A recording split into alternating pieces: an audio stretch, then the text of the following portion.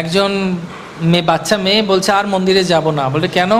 খুব পরনিন্দা পরচর্চা করে সবাই, এই ওই করছে, ওই প্রভু ওই করছে, ওই মাতাজি ওই করছে, এই সব খালি খবর। বলছে ঠিক আছে, আর যেতে হবে না তোকে মন্দিরে, একদিন শুধু যাবি আর আমার কথা যেটা সেটা মানবে, তারপর যদি ইচ্ছে করে তাহলে আর যাবি না। বলছে কি করতে হবে? বলছে একটা পাত্র নিবি, বাটি, তার মধ্যে তেল ভরবি, আর একবার রাধা মাধবকে পরিক্রমা করবে, দেখবি যদি তেলটা পড়ে না যায়।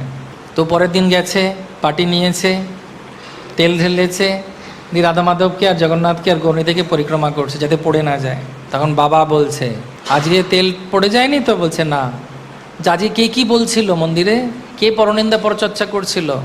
বাংলায় বলে না পিএনপিসি, পরনিন্দা পরচর্চা, কেউ করছিল? বলছে না। কেন করছিল না? বলছে না করছিল, আমি হয়তো শুনতে পাইনি। বলে কেন? মনটা তেলের ওপর ছিল। হরে কৃষ্ণ।